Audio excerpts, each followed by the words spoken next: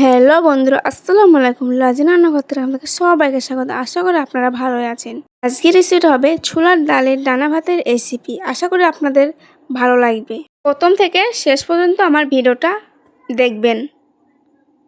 এখানে আমি চাল নিয়েছি একটা বাটিতে।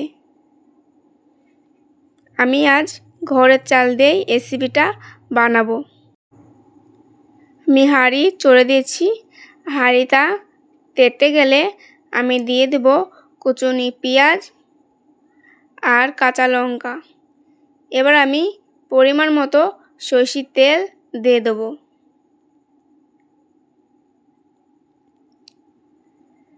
এবার আমি ভালো করে নাড়ব যতক্ষণ না বাদামি কালার আসছে।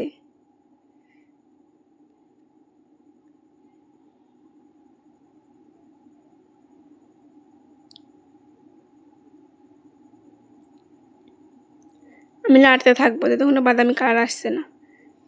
এবার আমার পেঁয়াজটা বাদামি কালার চলে এসেছে। এবার আমি ওতে জল দিয়ে দেবো। এখানে পরিমাণ মতো জল দিতে হবে। এবার আমি দিয়ে দেবো তেজপাতা, এলাচ আর কাঠ। আমি এবার ঢাকনা চাপা দিব।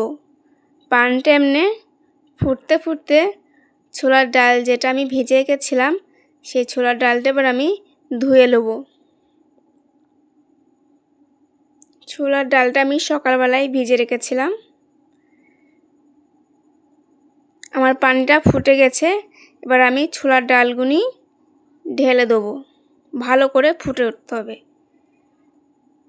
ছোলার ডালগুনি আমার দেওয়া হয়ে গেলে এবার আমি চালটা ধুয়ে দিয়ে দেবো।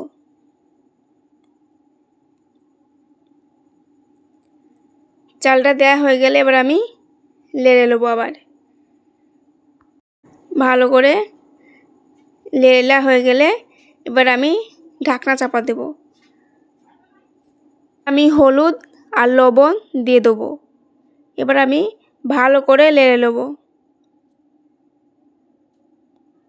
মাঝে মাঝে ভাতটাকে নেড়ে দিতে হবে, না হলে ভাতটা লেগে যেতে পারে।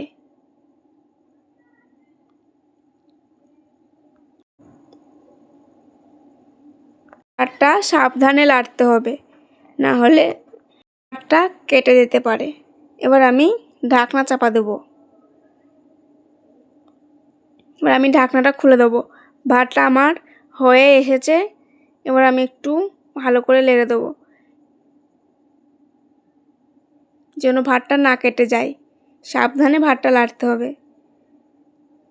ভাতটা আমার হয়ে গেছে। এবার আমি ঘি দিয়ে ভাতটা নেমে নেব। এবার আমি ঘি দিয়ে দেবো।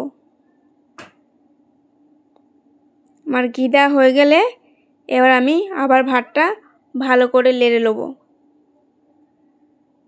ভাতটা করে নাড়া হয়ে গেলে এবার আমি ভাতটা নেমে নেব। ভিডিওটা যদি ভালো লেগে থাকে বন্ধুদের কাছে একটাই অনুরোধ, আমার ভিডিওটা সাবস্ক্রাইব করে দেবেন। করে আপনারা আমার পাশে থাকবেন। নতুন নতুন ভিডিও পেতে কমেন্ট করবেন। লাইক শেয়ার করতে ভুলবেন না। ভালো থাকবেন। আল্লাহ হাফেজ।